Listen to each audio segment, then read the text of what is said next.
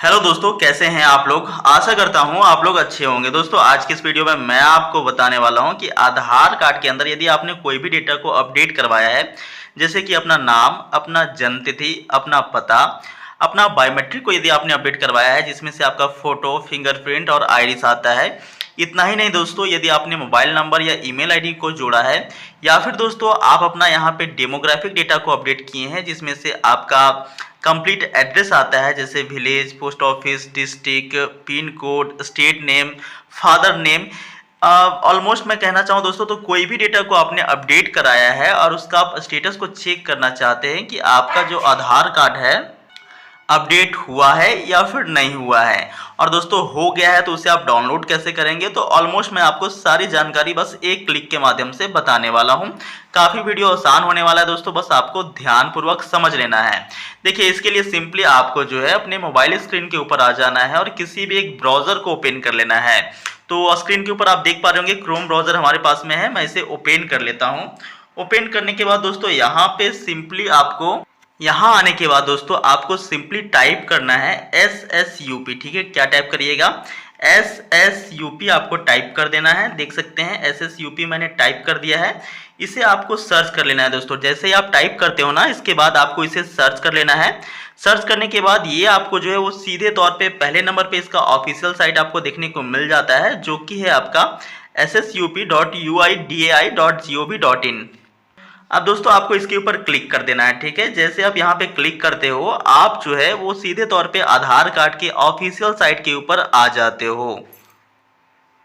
अब दोस्तों आप इसी पेज की सहायता से आप अपना आधार कार्ड का स्टेटस को चेक कर पाएंगे। अब यहाँ पे आपको सिंपली स्क्रॉल करते हुए नीचे आ जाना है। नीचे आने के क्रम में कई सारे आपको ऑप्शंस देखने को मिल जाते हैं, जैसे कि download Aadhaar, retrieve Aadhaar, verify mobile, virtual ID generator, unlock Aadhaar, lock unlock Aadhaar, जैसे कई सारे ऑप्शंस आपको देखने को मिलते हैं, जिसमें से एक ऑप्शन आपको देखने को मिलता है check enrolment and update status. ठीक है दोस्तों, आपको check enrolment and update status के ऊपर क्लिक कर देना है। अब जैसे आप क्लिक करते हो ना दोस्तों, एक नया पेज आपकी मोबाइल स्क्रीन के ऊपर खुल करके आ जाता है।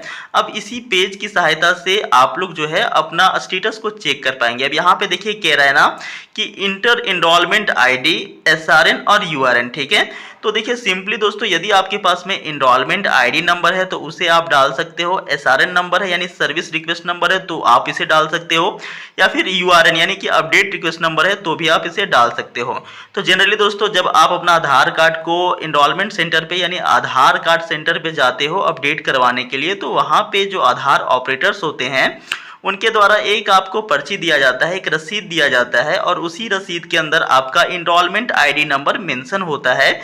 उसी इनरोलमेंट आईडी नंबर को यहाँ पे आपको इंटर करना है। इनरोलमेंट आईडी नंबर आपका दोस्तों टोटल 28 डिजिट का होता है।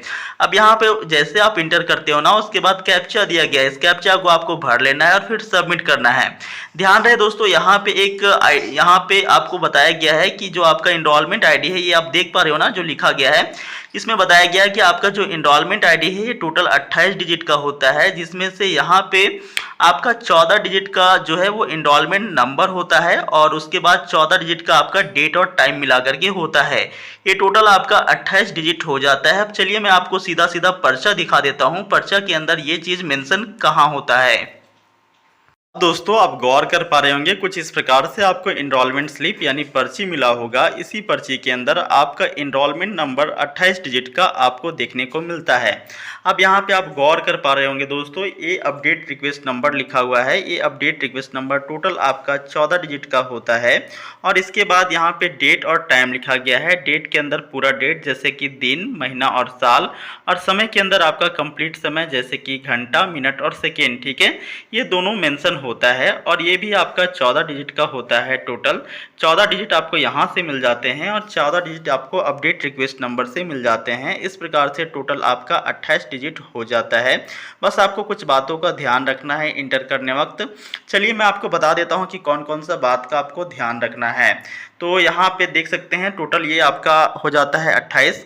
अब कुछ बात को ध्यान रखना है दोस्तों, जब आप अपना एनरोलमेंट आईडी नंबर को इंटर करेंगे आपको क्या ध्यान रखना है। तो जब आप अपना अपडेट रिक्वेस्ट नंबर को डालते हैं दोस्तों, तो इसे आपको सीधा सीधा डालना होता है। सीधा सीधा कहने का मतलब है कि जैसे यहाँ पे 0 है, 8 है, 1 है, 5 है, तो एज इट इज़ आपको सीधा सीधा डालना है। उसके बाद दोस्तों आपको जो है यहाँ पे डेट दिया गया है, ठीक है। अब इस डेट को आपको उल्टा डालना है। उल्टा कहने का मतलब है पहले आपको साल डालना है, फिर महीना डालना है और फिर आपको दिन डालना है। मतलब पहले आपको साल, जो भी साल होगा, 2023 होगा तो 2023 डालिएगा, 22 होगा तो 22 डालिएगा, ठीक है। तो जो भी आपका साल होगा दोस्तों उसे आपको डाल देना है। उसके बाद जो समय दिया गया है ना, इस समय को आपको सीधा सीधा डालना है, ठीक है। तो समय आपको एग्जैक्टली सीधा सीधा जो है वो इंटर कर देना है। बस ये कुछ बातें हैं दोस्तों, ये आपको ध्यान रखना है इंटर करने वक्त। और जब आप अपना एनरोलमेंट आईडी नंबर को इंटर करेंगे तो किसी भी प्रकार का कॉमा, फुल स्टॉप, स्लैश देने की आवश्यकता नहीं है। अब चलिए दोस्तों मैं यहाँ पे इंटर करके स्टेटस को आपको दिखा देता हूँ। तो दोस्तों आप देख सकते हैं फाइनली मैंने यहाँ पे एनरोलमेंट आईडी नंबर को डाल दिया है, कैप्चा को भी फिल कर लिया है। दोस्तों यूट्यूब के कम्युनिटी गाइडलाइन को ध्यान में रखते हुए मैंने यहाँ पे जो अपना एनरोलमेंट आईडी नंबर है इसे हाइड कर दिया है। तो दोस्तों बहुत ज़्यादा टेंशन लेने की आवश्यकता नहीं है। जैसे मैंने आपको बताया है एनरोलमेंट आईडी नंबर डालने, बस उसी प्रकार से आपको इंटर कर देना है। उसके बाद देखिए सबमिट वाला बटन है, आपको सबमिट वाला बटन के ऊपर क्लिक कर देना है। चलिए मैं क्लिक कर लेता हूँ सबमिट वाला बटन के ऊपर। तो देख सकते हैं फाइनली इनवैलिड कैप्चा बता रहा है। दोस्तों अगर इनवैलिड कैप्चा बताता है तो फिर से आपको एक बार ट्राई करनी है।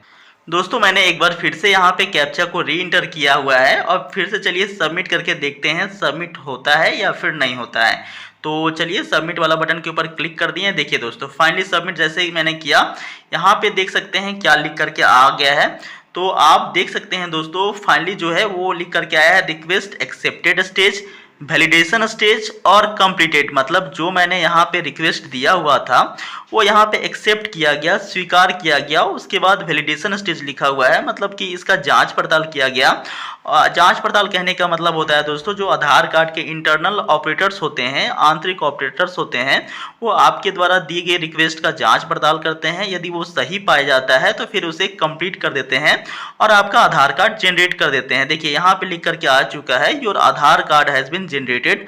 आपका जो आधार कार्ड है वो जनरेट हो चुका है। Well your Aadhaar is being printed and posted to you, please download e Aadhaar from www.uidai.gov.in। तो कह रहा है कि दोस्तों यहाँ पे आपका आधार कार्ड जनरेट हो चुका है और आपका आधार जब तक कि प्रिंट किया जाता है और आपको बाई पोस्ट घर तक भेजा जाता है डाकिया के माध्यम से, तब तक यदि आपको ज़रूरत है तो आप आधार कार्ड के ऑफिशियल साइट से अपना आधार कार्ड को डाउनलोड कर सकते हैं। दोस्तों यदि आपको अपना आधार कार्ड डाउनलोड करने नहीं आता है तो इसके रिगार्डिंग ऑलरेडी वीडियो मैंने बना रखा है, आप यूट्यूब पे सर्च कर सकते हो आधार डाउनलोड सरकार तक, तो आपको आधार कार्ड डाउनलोड करना आ जाएगा।